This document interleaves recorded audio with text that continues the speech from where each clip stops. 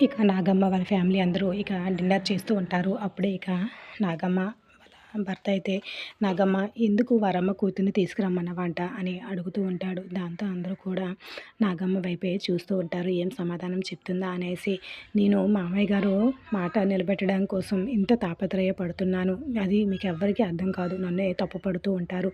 మామయ్య గారు మాట ప్రకారమే నేను ఇదంతా చేస్తున్నాను తప్ప ఇంకా అందులో నా స్వార్థం ఏమీ లేదు" అని అంటూ ఉంటారు. అందరూ కూడా తన నాగమ్మ వైపే చూస్తూ ఉంటారు. మామయ్య చివరి కోరిక నా కొడుకు కేశవకిచ్చి వరలక్ష్మి కూతుర్ని చేయడం. అందుకే నేను వరలక్ష్మి కూతుర్ని ఇక్కడికి తీసుకొని వచ్చి నాకు కొడుకు కేశవకి ఇచ్చి పెళ్లి చేస్తాను అని చెప్తూ ఉంటాడు. ఇక నాగమ్మ మాటలు విన్న ఇక అక్కడున్న కేశవ కూడా అవును అన్నట్టు తల ఊపుతూ మౌనంగా ఉంటాడు. ఏమీ మాట్లాడు. ఇందులో అయితే ఎటువంటి నిర్ణయం లేదు. వర కూతుర్ని తీసుకుని వచ్చి నా కొడుకిచ్చి పెళ్లి చేస్తాను. అందుకే శంకర్‌ని పంపించాను. తప్పకుండా తను వర కూతుర్ని తీసుకొని వస్తాడు. ఇందులో మాట్లాడడానికి ఇంకా ఏమీ లేదు అని చాలా కోపంగా నాగమ్మ అయితే మాట్లాడుతూ ఉంటుంది. ఇక నాగమ్మ మాటలకు అక్కడున్న అందరూ కూడా విని ఒక్కసారిగా కాస్త షాక్ అవుతూ ఉంటారు.